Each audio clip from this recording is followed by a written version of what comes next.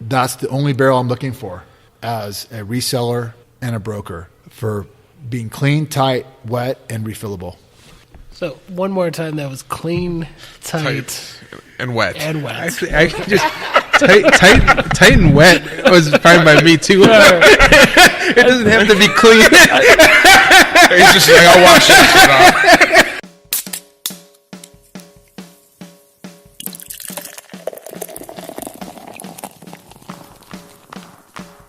Cheers. You stumbled on into the Tap Takeover Podcast.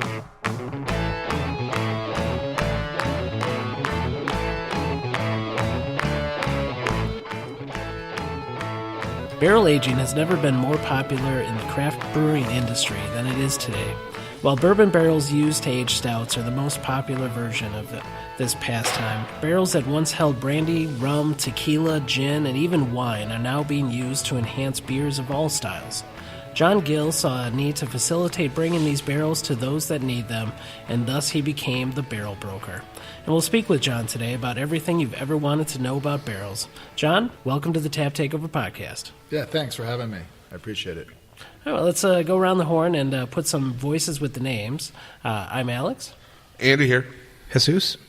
And John with the Barrel Broker. Well, John, we're sitting in your barrel broker facility, which is a warehouse just absolutely chock full of barrels. Can you tell us about some of the barrels that we're seeing, where some of these came from? We've got a wide mixture of this and that here. We have bourbon barrels from a plethora of different suppliers. We have Heaven Hill, Four Roses. Those are our two biggest suppliers right now, but we get twice filled bourbon barrels, which are technically called premium whiskey. That's a Maker's Mark, some Jim Beam, a bunch of different brands. My go-to bourbon barrel brands right now are Heaven Hill. Heaven Hill now seems to be the Cadillac of barrels that brewers are choosing, right? There's a lot of Heaven Hill bourbon barrels being used, for sure. It might be the biggest brand that I'm aware of. They're a huge distillery in Kentucky. But recently I've been buying more Four Roses bourbon. It's the single barrel, small batch bourbon, getting them wholesale for a slightly better price. They're super wet. I'm getting them, a day or two after they're emptied, which is great. But I'm open to really buying any brands that I think my customers desire. I mean, it's really about what my customers want and need. And I'm willing to provide them whatever they want. That's a fair price, and that's good quality. That's really what it comes down to.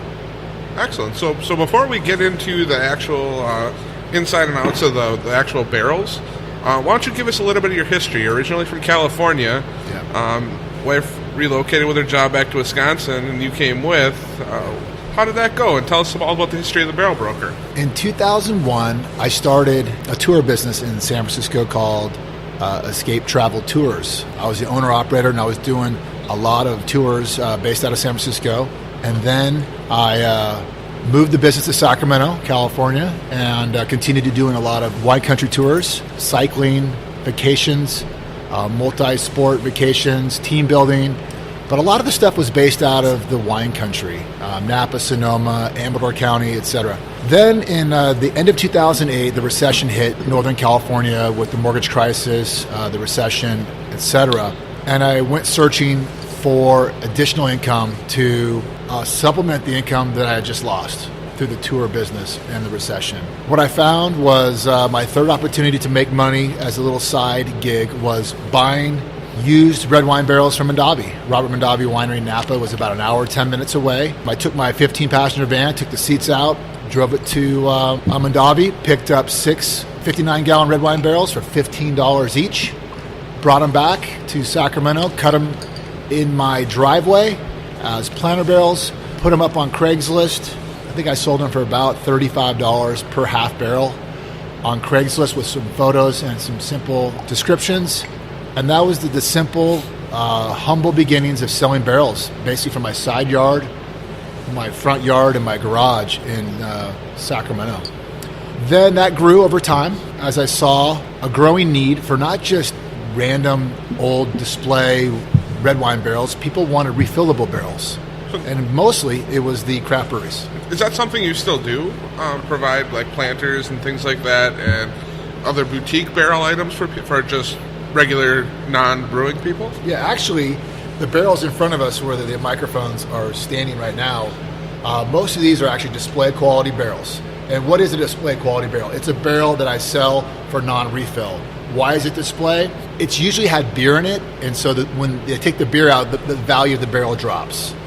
This was a bourbon barrel here in front of me, and this white painted head pretty much tells me with a head drilled bung that this was a rum barrel coming out of the Caribbean. That's what they do. They put a hole in the head because they want to fill the barrel in and out of the head.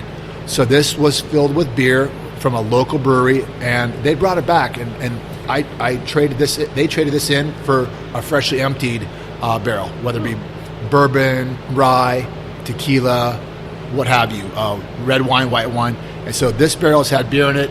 Now I have an abundance of older white wine Chardonnay barrels, these two here, and these never had beer in them, but they've been sitting for too long. And when they sit too long, in my opinion, I need to downgrade them to display quality barrels at a cheaper price for pub tables or different activities. Well, as like we do here at the podcast, we're going to try a few beers out. Yeah. And we thought it'd be fun to try out a couple that you've provided barrels for. And you want to tell us about this first one? We got a few different ones here, but we're going to start with, and tell us about how that relationship kind of is going. Yeah, so this is a beer line barley wine ale from Lakefront Brewery. My relationship with Lakefront is very unique. It's actually good that you brought this beer. When I was first getting started in 2009, it was March of 2009 when I started the Barrel Broker at gmail.com was really beginnings. The next year I went to Craft Brewers Conference in San Francisco. It was at the Hilton Hotel, and I saw this tall guy, kind of goofy but really nice. His name was Russ Klisch. And I said, hey, Lakefront Brewery, you guys actually on a lake? And he's like, not really, but we're on a river that, connects to Lake Michigan. I said, that's great. My wife is from Milwaukee. And so we had a beer at the Hilton Craft Brewers Conference. Then the next year I saw him in San Diego, my second Craft Brewers Conference. There was that same tall guy. He couldn't have been nicer to me, very genuine and liked to chat. And, he knew I was, trying to grow my business. It just so happens that was May of 2012. So I guess the first year I met him was 11. And then I met him again the next year in May of 2012. Well, it just so happens about 4 days earlier, my wife had accepted a job promotion that was going to move us from Sacramento back to her hometown of Milwaukee. Oh, wow. It was very ironic. At that point in time, he might have been the first person I told that, hey, I am moving the Barrel Broker from Sacramento to Milwaukee. We don't know where we're living yet, but my wife is taking a job there. Things have just kind of progressively grown from that point in time between Lakefront, Russ and I. He's been very loyal. He buys a lot of brandy barrels from us for, I think, about 4 different brandy barrel-aged beers, mostly Heaven Hill bourbon barrels. He's done some twice-filled premium whiskey Heaven Hill barrels, which are technically twice-filled bourbon, but they call them whiskey. And a lot of barrel racks. They put, I want to say, all their barrel-aged beer in our barrels. At one point in time, we were doing some red wine and some white wine barrels. Not much in the last 3 or 4 years that I can remember, but they have really ramped up their brandy barrel-aged beers. Those are brandy barrels right over there, the same ones that they buy, and mostly Heaven Hill. But this year, they were my first large customer that took almost a full truckload of the Four Roses bourbon barrels. They took a full truckload, 288. They took, I think, 244, and I brought the other 44 here, which mostly went to other local breweries like Eagle Park and Three Sheeps and other Wisconsin breweries. They took the rest of that load right before Christmas. So any insider information on what those barrels are being used for? Maybe the next Black Friday? Yeah, their next Black Friday is actually going into those barrels. They were delivered end of December, and Luther, the head brewer there, said, "Yeah, we're gonna definitely fill those the first or second week in January." And I think they were ready to fill them, last week or maybe the week before. That beer is probably resting nicely for Black Friday. So that's some exciting breaking news right there. And we'll be there. Yeah. So we go there every year. Yeah, I was there 2 years ago and picked up the 4-pack the 4-pack. Yeah, and gave Russ a little gift of some wine barrel staves that he wanted. So definitely a fun day at the brewery. Cool. So what do you taste in this beer? So back to the beer line barley wine. I mean, this is a big hitter. Any barley wine is. I mean, my first barley wine was Bigfoot. You know, I went to Chico State University in Chico, California. So Bigfoot's a barley wine, and this kind of brings me back to the days when I was probably drinking underage. Yeah, that's really good. This is really smooth. I like it. So you wouldn't know which barrel was used for that then? I don't always remember exactly what beers are going into the barrels that I sell them. Well, this was a smaller batch, I believe, so it was probably only a couple barrels that went into it. Yeah, because this bottle is labeled 0.45 of 575. So, 575 bottles is probably not, a ton. You know, that would probably be a better question for Luther or the brewing crew. I wish I had that answer. It's hard for me to keep track because I had four orders go out today to craft breweries, plus Kyle from 1840 came in. So 5 breweries got barrels for me today. And it's hard for me to keep track of all the names of all the beers that go into different barrels because I have about 40 different barrels that I sell, you know, in the course of time. It's a big lot of Heaven Hill or Four Roses. Sometimes it's like, you know, 1 or 2 from a local craft distillery. So it's kind of hard to keep track of everything. Can you tell us a little bit about like the process? So a brewer comes to you and says, I'm looking for something, or do you say, hey, I got these? And I guess on your end, what kind of homework are you doing with Heaven Hill or whatever? So basically, I'm not technical when it comes to brewing. I've never brewed a beer. I've made 4 wines. And so I'm more of a winemaking background. I grew up on a small family vineyard that my parents still live on in Loomis, California. I started this business not knowing really much about beer other than I like to drink it, but don't know how to brew it. Usually the brewers or the breweries, they pretty much know what they want for the most part. Now, the smaller startups, they kind of come to me asking for advice, asking me to be a consultant. It's hard because I don't want to tell them to go with this particular rye whiskey barrel over this bourbon barrel or choose between 2 brands because I sell Bullet bourbon and I sell Heaven Hill bourbon and I sell Four Roses bourbon, among other brands in smaller quantities. There's different flavors that come from different barrels. I try to keep my advice simple. I give them the information that I feel is honest about the barrels and the product that comes from them and really let them make the decision. Trying to convince someone to take one barrel over another is maybe risky. The most important thing is let them know, like, which are my best barrels, what are the freshest, which ones are here most recently. For instance, these brandy barrels. I told Kyle today at 1840, I said, look, these barrels have been here a few months. They're not my best barrels, but let's pop the bung. Let's look inside with a flashlight, which he carries one. He's a barrel guy. Yeah, he's got his pocket knife, just like me, on his hip. And so I told him, I said, look, these brandy barrels over here have been here for 2+ months. But I inspected them on January 17th because I wrote it on the bung. And we popped it, and there was still brandy in there. He goes, John, these will be fine. I don't have time to steam the barrel. I don't have time to swell it. There's brandy in here. I'm going to take this barrel. I need to fill this barrel along with the twice-filled Heaven Hill bourbon whiskey barrel and the barrel rack. So he came here not knowing what he wanted. We had a conversation. We came to the conclusion that he wanted 2 affordable barrels, which he got, and a barrel rack. Did he say what he might be throwing in there, or was there a particular style of barrel he was looking for, or it was just it was a cost? It's funny. I think I asked him that question, but I don't know if I got the answer. It was pretty hectic. I had a truck driver here picking up 4 orders while he was here, and he was actually blocking my dock with his truck. So he had to move around front, and we self-loaded up the dock, and then he wrote me a check and shook my hand and said goodbye. And I said, I'll be there on Saturday because I'm going to be at Mobcraft doing a tour. So it was kind of chaotic. So I don't really know what beer he said he was putting in the barrels. I wish I would have found out, though. Awesome. So why don't we like to do little reviews on the Tap Takeover Podcast. Why don't we just go around the horn, say what we feel about this beer, and then we can wrap up your history and get to one of the beers you haven't supplied the barrels for. Okay, sure. All right. So for me, I mean, this is a pretty fantastic barley wine. I mean, the rye lends itself well to the actual barley wine, and it's tasting pretty darn good to me. I think you could age this in your cellar perfectly if you wanted to for 2-3 years. Yeah, I enjoy it a lot too, but I don't think I would age this one.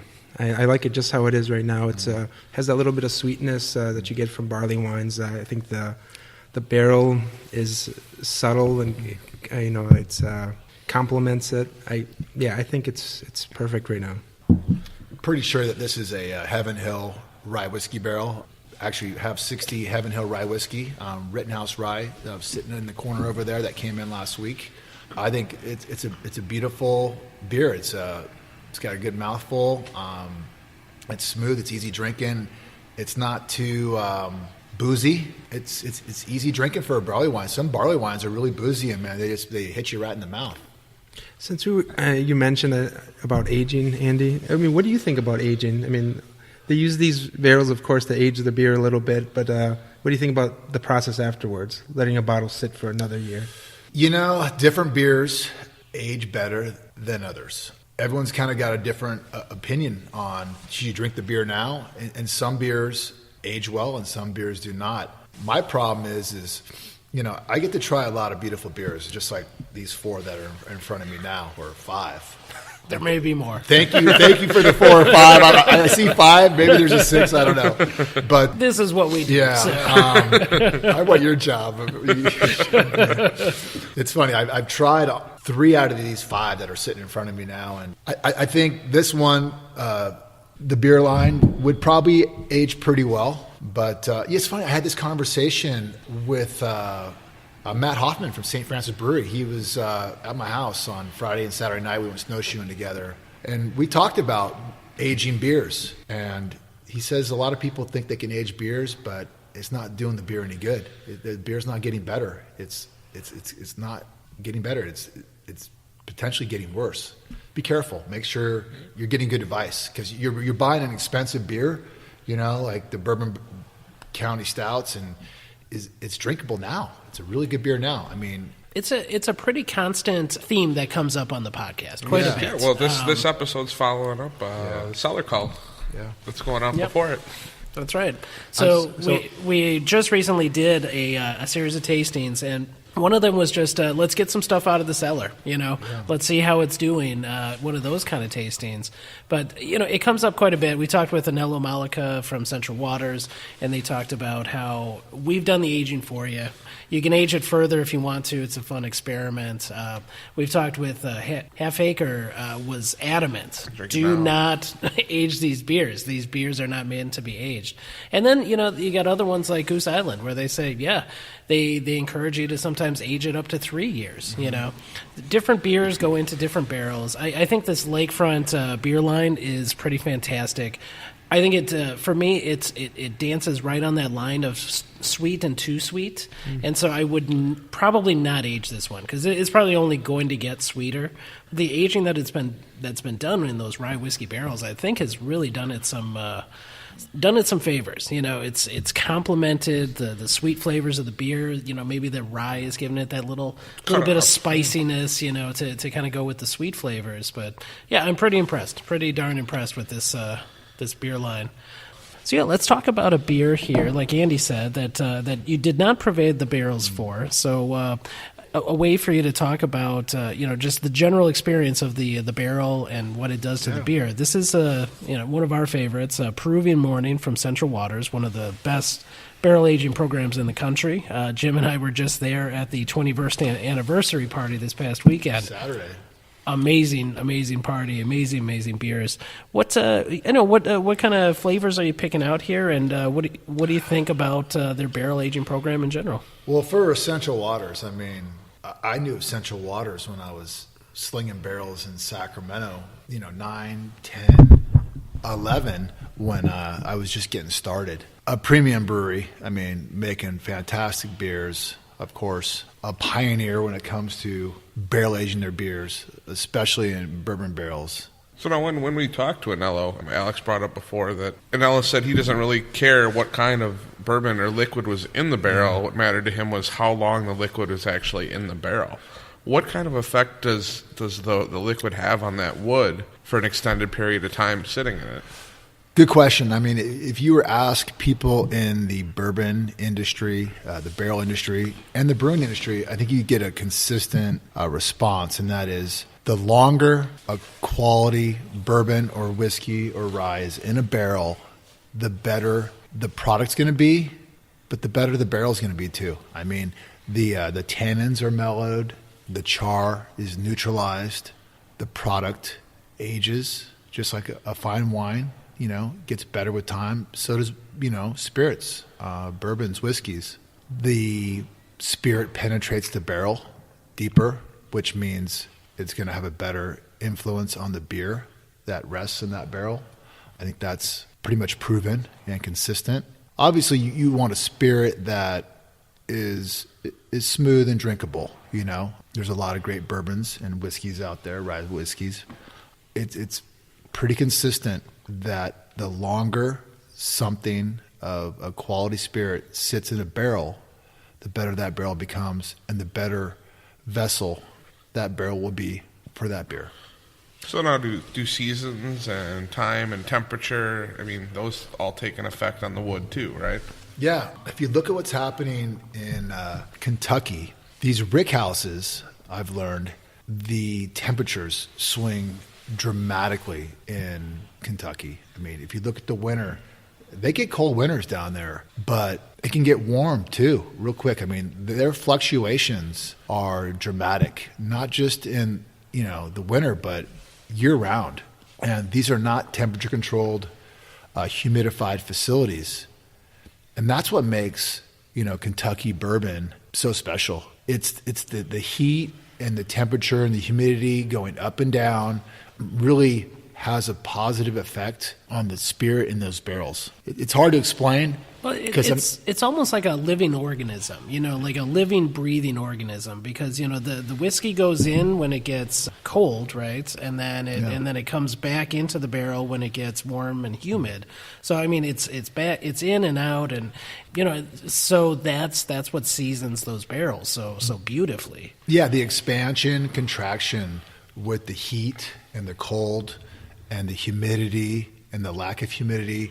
These rick houses are designed to have that effect. There's no temperature control, there's no insulation, and it gets cold down there. It's really cold here right now. Well, speaking of getting cold, it sounds like the heater kicked back on. So bear with us here on the podcast. This is a working barrel house. So yeah, we have 54 degrees inside and about 0, maybe -5 outside. So the heater's got to do its thing. Yeah, we should mention this is one of the coldest nights that there has ever been in Wisconsin. It's going to be -20 and -50 with the wind chill tomorrow. We're all looking forward to that and having some winter warmers right now.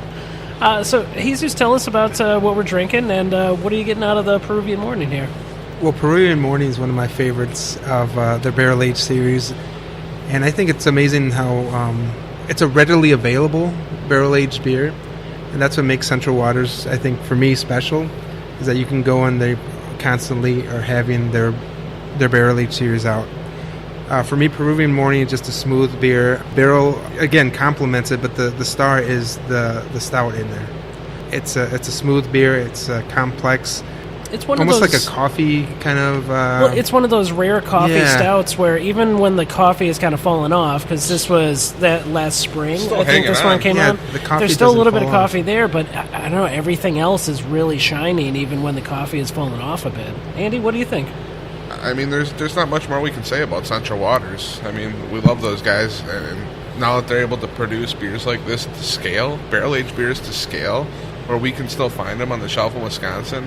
It's just a great fucking time to be alive. You don't have to wait in line in weather like this. Yeah. You can just go get it. Yeah. I got a question. On the label, it says, malt beverage. Any idea why they call it a malt beverage when they could call it a coffee stout?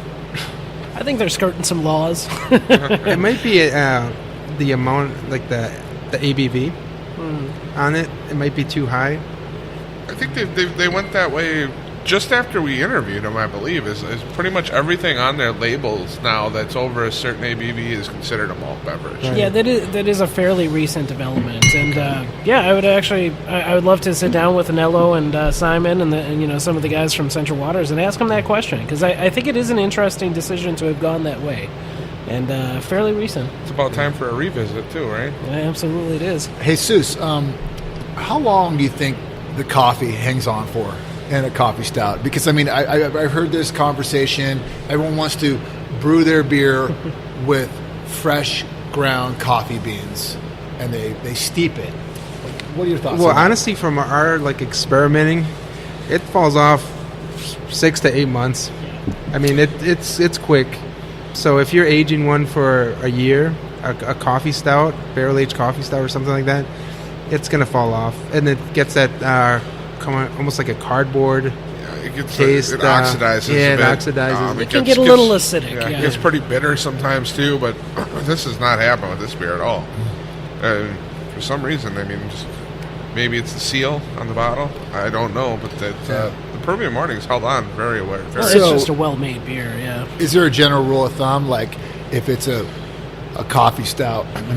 How soon should you be drinking it after it's packaged? Well, I would say with any adjunct, anything that's added to the beer after the beer has been brewed, there's going to be an extreme drop-off typically within the first 6 months, would you guys say? Yeah. It becomes a totally different beer. I mean, it can quote Goose Island, for example, their coffee stout, fresh out of the gate, the Bourbon County coffee, which they didn't do this past year, but in previous years, within the first month, it's a completely different beer than what it is 2-3 months down the road. That's interesting that you noticed a difference in 2 or 3 months. Yep. Yeah. I had one a couple of years ago, like literally 3 weeks after they released it, and then I tried it again 6 months later, and it was a completely different beer. Yeah, it's why brewers like Ale Asylum, they don't like to use adjuncts at all. They like to keep it as pure as possible, as they like to say. So I think this is a good time to take a little break, regroup a little bit, and let's pour some more beers after some beer news. That's right. Welcome to Beer News, certified fresh as of February 21st, 2019.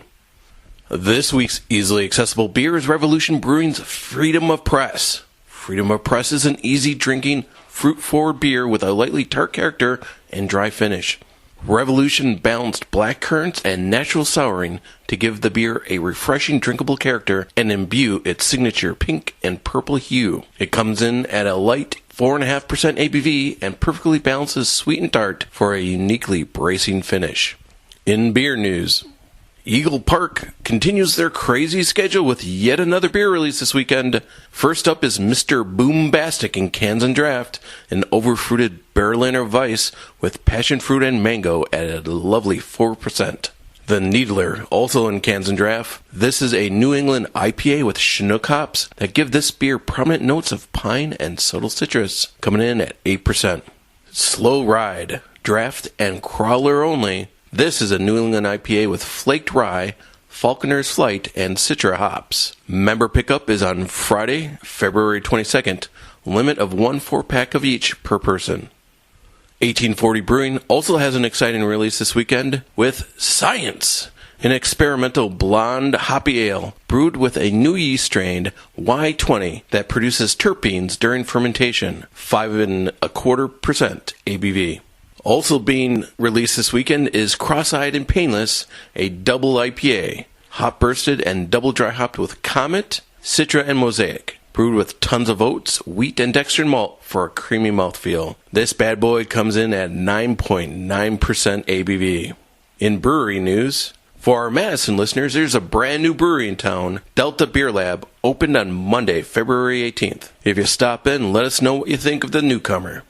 In festival news, Black Husky is teaming up with Hot Tamale 414 to bring you a beer and tamale pairing event on Thursday, February 28th from 6 to 9 p.m. Tickets are $20 in advance or $25 the day of. And this has been Beer News. That's right. Hi, welcome back. This is John with the Barrel Broker. We are with the Tap Takeover Podcast. And I think it is time for another beer. So you guys want to get a little weird? Here's a beer that was aged in a bourbon barrel. And that's about the only thing it has in connection with some of the other beers that have been aged in barrels. This is the Dragon's Milk Reserve Banana Coconut Bourbon Barrel Aged Stout with real banana and natural flavors. This is a little weird. Andy, I think you were talking about the Bananas Foster, the Goose Island 17 prop, and how that's kind of, I don't know, it's kind of caused some imitators. Yeah, I think it really has. And I mean, kudos to Quinn over at Goose Island because he created a fad. He really did. His was very well done. Very well done. I'm going to repeat that because all the imposters I've tried afterwards just haven't been up to snuff with it. I mean, this is a little bit sickly banana sweet for me. I mean, they say they put real bananas in it too, but to me, it's like they tossed a shit ton of banana candy in it and some toasted coconut. Well, it says with real banana and natural flavors. So, yeah, you wonder if there was a little bit of an adjunct banana added as well, or if the natural flavors is maybe the coconut. I don't know. We'd have to look into it. I do like banana. I really like banana. One of my favorite candies is Banana Now and Later, from when I was a kid. And if you like banana as much as I do, there's something to like about this beer. But if you like banana just a little bit, this might be way too much banana for you. Jesus, where do you come down on this one? I actually you said basically what I was thinking. It's not terrible. It sounds weird. The description is weird, but I also love bananas. And I think the bananas, if you didn't like it, it's overpowering. It's a little too sweet, but I like the banana taste. I mean... What about you, John? Because for me, I'm really not getting any barrel on it. Good question for the Barrel Broker. So, the Dragon's Milk Reserve Banana Coconut. My wife, Kathleen, the chief barrel babe. Official title? She hates that title, but I gave her that title because I'm the chief barrel guy. And she joined the Barrel Broker a little over 4 years ago after leaving the corporate world, which brought us to Milwaukee, so it's all good. She makes these banana pancakes probably 4 or 5 mornings a week. They're delicious and they're healthy. When she turns her back one of these mornings, I'm going to dump some of this in there into the batter and surprise her. I want to try the pancakes too after I surprise her. I'm not going to give them all to her. It's got a sweet finish.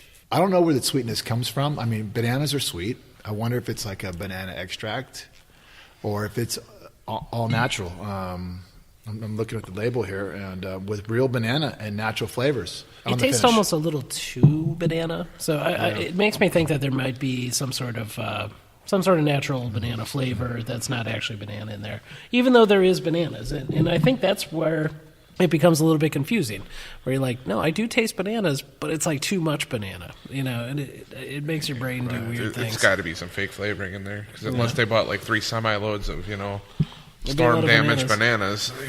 So this was bottled September 7th of 18.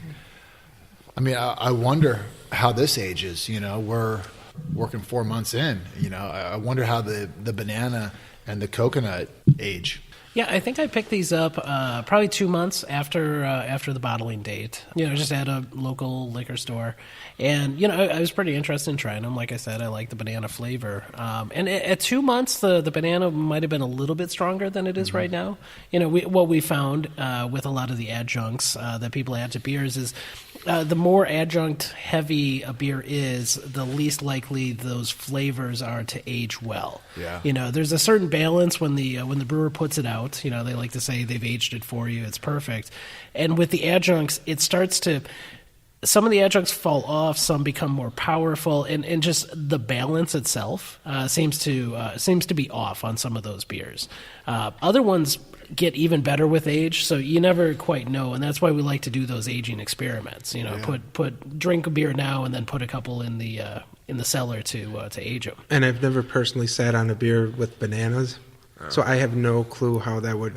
I mean, coffee would be one thing, or these other ones that we've tried a lot of, but the banana part, I just don't know how that would be. I'd be interested to know what a Prop 17 is tasting like now, what that Bananas Foster is tasting like. I can't think it's held up well. Still trading well.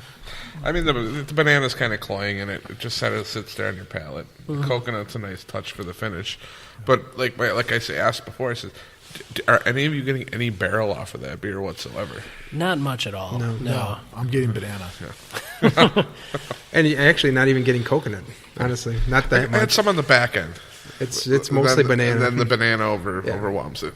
So I would say, I don't know, a bit of a fail with this one. Definitely not my favorite of the night. But I think it leads us into a really interesting conversation because something that New Holland is doing, they've gotten into a distilling program as well. So there's New Holland Distilling, there's New Holland Brewing.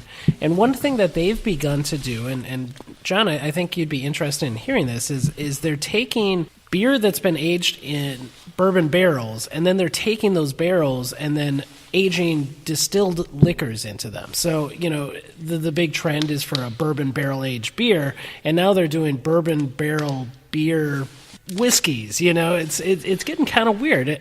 What are your thoughts on that kind of trend? So I've seen this trend for a while.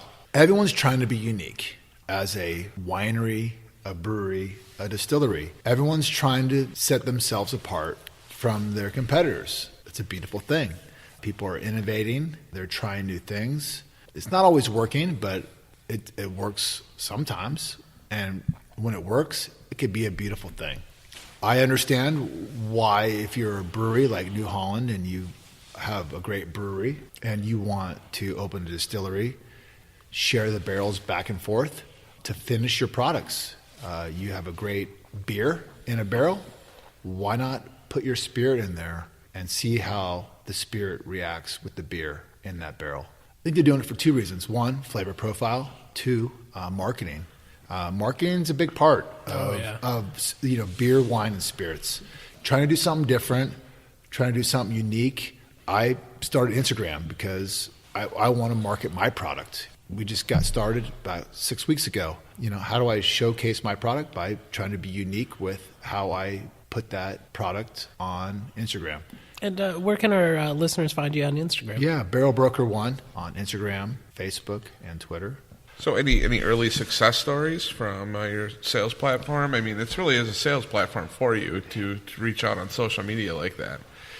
People who previously weren't aware of the Barrel Broker, we're in our 11th year, and it's been a fun roller coaster. I started as a home winemaker in Sacramento who needed to make money, and I bought barrels at Mondavi. A lot has changed since that time, and we've evolved with the industries that we're involved with, which is craft brewing primarily, and then craft distilling and winemaking. We work with other businesses and individuals. I see those three niches evolving: craft winemaking, brewing, and distilling evolving. It's fun to watch the trends, follow the trends, or even try to be on top of the trends with what our customers are looking for. Used barrels, which is what we do, new and used and refurbished barrel racks. That's our niche, and I'll continue to evaluate what's happening in the marketplace that we're in, but craft is at the core of our business. The evolving craft breweries, wineries, distilleries are the customers that we enjoy working with most. I think they are our core business. And it's got to be interesting, as a businessman who deals in barrels, to see that kind of symbiotic relationship that's being developed between the breweries and the distilleries. When you see the barrels going back and forth between the two, so it's second, third, fourth use, who knows? That's got to be really exciting as a businessman who deals in barrels. I've seen a new line of Jameson that's coming out now that's been out for a while with the stout. Yeah, exactly, with beer barrel-aged Jameson and those kind of things. So it seems like it's not just an American thing now. It seems like everybody's getting on board with the power of the barrel. There's a power in the barrel that's able to change a very good beverage into sometimes an exquisite beverage. So I think without further ado here, let's get on to our next beer. Sure. Let's get one that you provided the barrel for. So the next one is the second anniversary stout from the Explorium Brew Pub in Greendale, Wisconsin, over at Southridge Mall. I've actually tried this recently. This just came out this past weekend, and I was pleasantly surprised. It's very, very good. So it's a non-adjunct stout that was aged in barrels that aged cinnamon whiskey, vanilla extract, and then maple syrup. All right. Oh, I heard about this one. Yeah. So for a non-adjunct stout, I thought it carried all those flavors very well. Yeah, so as we pour this, let's talk about what this barrel is doing to the beer and your relationship with the Explorium. Been doing some business with Mike Doble, the proprietor, owner of Explorium Brew Pub. Hashtag mall beers. Yeah. I'll have to remember that next time. Mike's favorite hashtag. Yeah, buys some of our barrels. I'll have to hashtag that.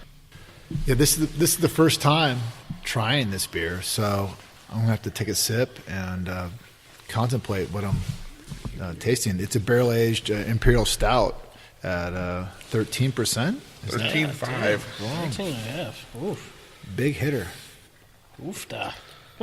So how many barrels do you provide for Explorium? So I see Explorium and Mike and his guys here probably every 2 to 3 months, it seems like. They come over in their van, come in here, we drink some Barrel Broker whiskey, we shoot the shit, talk about barrels and what he's looking for. John, can you please tell me about a barrel that aged a cinnamon whiskey and then a vanilla extract and then finally maple syrup? What the hell happened to that barrel? Yeah, it's funny. I think we've chosen a beer here that came from somewhere else. Because I remember vaguely that Mike told me about this barrel. That barrel didn't come from us. Oh, okay. But you've supplied a number of other barrels to the Explorer. Yeah, he told me about that cinnamon whiskey and maple. We've done a lot of maple syrup barrels out of Vermont. This particular barrel that you just read off the back of the label is pretty cool. I'm not going to lie. If I could find those barrels, I would buy them and I'd sell them.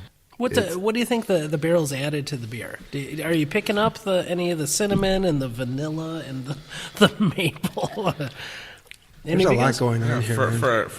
For zero adjuncts added to that, I'm picking up all those in varying amounts. Obviously the cinnamon's right up front. Yeah, he brewed a good base beer to pick up all those flavors. And at 13.5, it's got the backbone to have a lot of flavor. This is a fantastic beer. I think this is my favorite of the 4 or 5 that we've had this evening. What do you guys think? I'm pleasantly surprised because there is a lot going on in this beer. Hey, that's fair. I told Mike the other day, him and Kyle knocked it out of the park on this one. Andy pulled an audible, so he's got a very special beer to end this whole thing. But that's his tops for the night so far. I got to say, this is right up there. 1A, 1B with the beer line for me. That beer line barley wine is pretty fantastic as well. So, tell us more about how you source barrels. Obviously you came up in the wine industry in California. You're going to have connections there.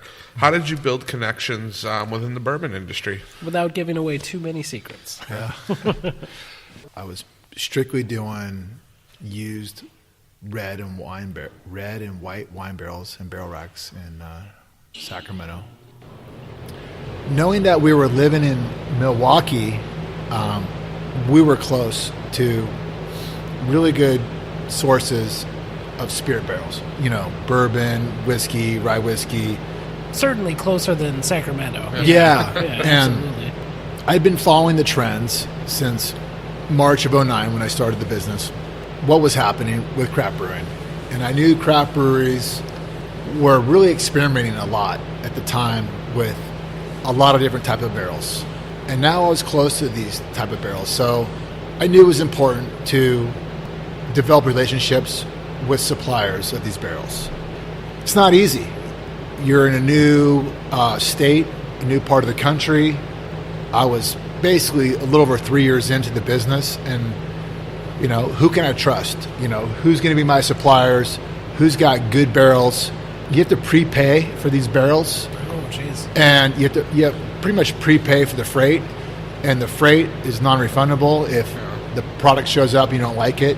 So there's some risk involved. Part of it's doing your homework with distilleries direct, both local and far away, craft distilleries and macro, or the big guys. Some names we've already mentioned in the podcast. Part of it is kind of doing your homework, making sure that the people you're working with are honest, reputable. They're going to give you what you want, give you the barrels that we need for our customers to make our customers happy so they come back and buy again. It's not easy. Anybody in this business who is a risk taker has been burned. I've been burned. My competitors have been burned.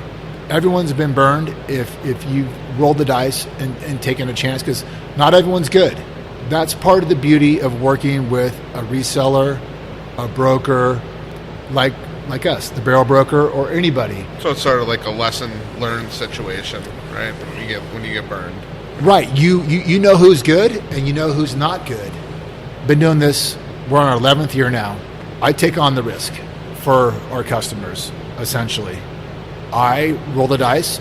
I buy product or new product, sight unseen, all the time. So how do you differentiate though? I mean, when you look at a barrel, how do you tell if it's a good barrel? What are some of the key signals for you as to, okay, I know this barrel is going to produce a good beer, and I know this is going to create seepage and be terrible? You don't really know what you're getting until you see it. It arrives on our loading dock here in Menominee Falls, Wisconsin.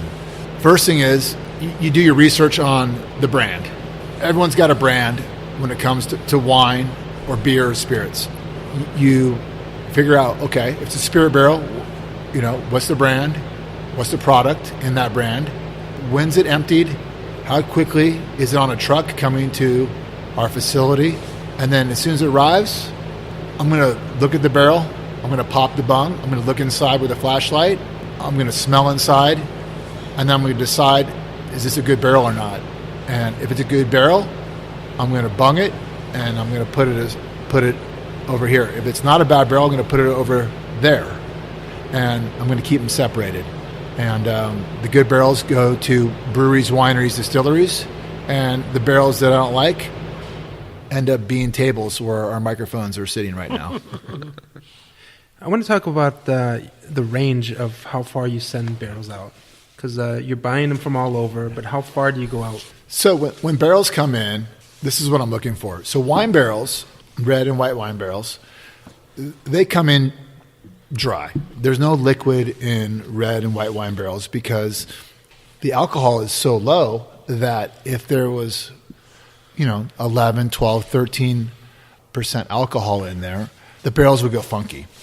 Something that some new craft brewers or people who do barrel aging aren't aware of. They want wet wine barrels. I'm like, well, no, wine barrels, you don't want them wet. You want them clean and dry, but recently emptied, nothing funky going on inside. Then you have spirit barrels. Spirit barrels have higher alcohol inside, so you want them wet because it keeps them clean, tight, and wet. And the best way to inspect both would be just pull the tape or the Dixie cup or the bung on a wine barrel, look inside with a flashlight and smell. And does it smell fresh, like red wine, Cabernet, or sweet-smelling Chardonnay? That's the first thing that I look for as a winemaker. Moving over to the spirit barrels, different ball of wax, so to speak. Spirit barrels should be wet. If they're not wet, doesn't mean it's not a good spirit barrel, but it's not as good as a wet one. Like a red flag, a warning sign, maybe. Not all distilleries are going to send out barrels with visible liquid in there, even though they were emptied yesterday. You hope that they will, because 115 to 135 proof spirit in a barrel is a beautiful thing for the following reasons. One, at that level of alcohol, nothing bad is going to grow in there. Two, It's going to stay clean, tight, and wet. That means that barrel's not going to leak. It's going to have a positive influence on your beer, wine, or spirit. And that's what people are looking for.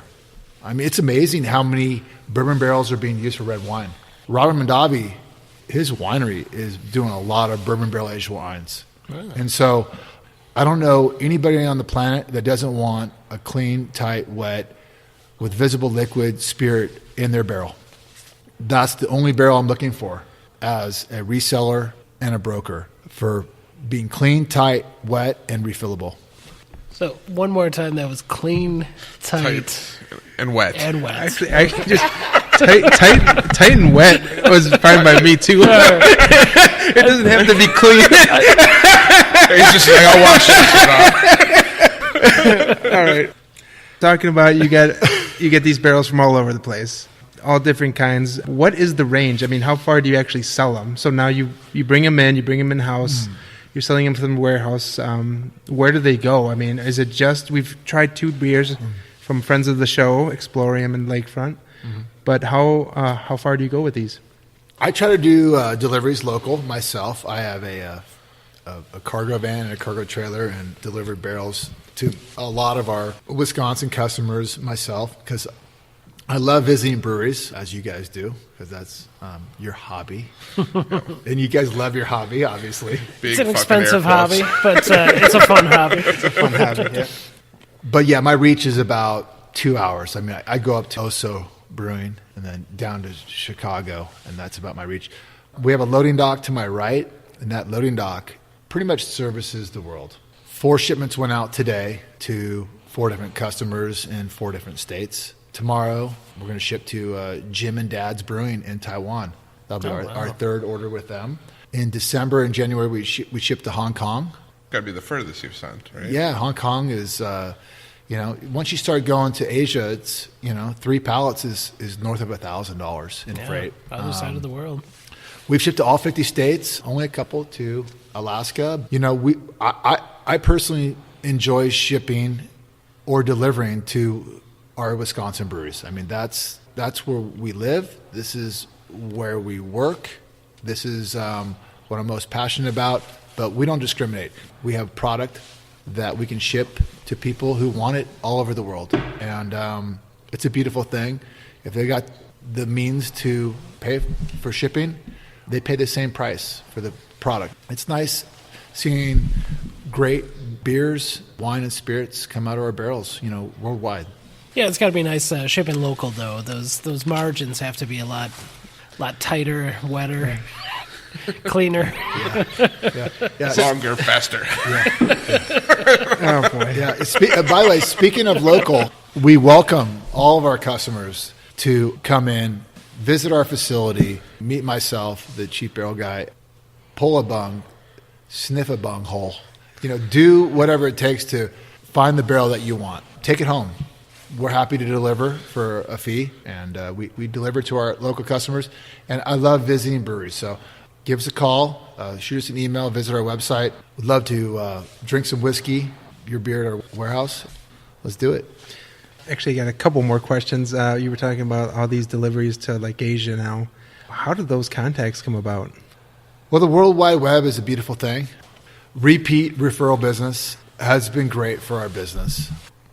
You do what you say, and you do what you do. And people will get the barrels and the racks that they want, and they will be happy. You deliver on your promise, and they will buy from you again, and they will refer you to their friends, their family, and whoever. And we're thankful and grateful for all our customers. We work hard. We stand behind our product. I think we have some of the best barrels in the industry. We've worked hard with our supply chain to get there. So on the opposite end of what you were just talking about and where you've shipped barrels, what's the furthest you brought barrels in from? California. I mean, the central coast of California, Monterey, is what, 2,200 miles? There's no reason to bring in barrels from, Asia. We have brought in cognac barrels, but we do it through a third party here in the United States, as well as Sauternes. France is further, but they originate with our supplier here in the United States. So about 2,200 miles from California. But if you look at the cognac and the Sauterne, they're coming from France. All right. Well, as the heat comes up on us, I think this is a good place to end. John, thanks for taking us through your barrel warehouse. Thanks for letting us take a little brief interlude into what it means to be a barrel broker. I think it's absolutely fascinating. This has just been a real treat for us. I appreciate it. Yeah. Hey, thanks, guys. I appreciate your time making it out to our place when it's super cold. If anyone wants to get a hold of us, we are barrelbroker.com. info@barrelbroker.com is my email. We're by appointment in Menominee Falls, Wisconsin for those who are local. Hey, you're putting the good beer into the good barrels, and we call that doing the Lord's work around here. But it does look like we're out of beer for now, so I think that'll do it for me, for Alex. Andy here. Jesus? And John with the Barrel Broker. All right, and to hear all about a number of the breweries that we've featured in this episode, Lakefront, Central Waters, Explorium, New Holland, make sure to check back with some of our back catalog, and this has been another solid non-fail production.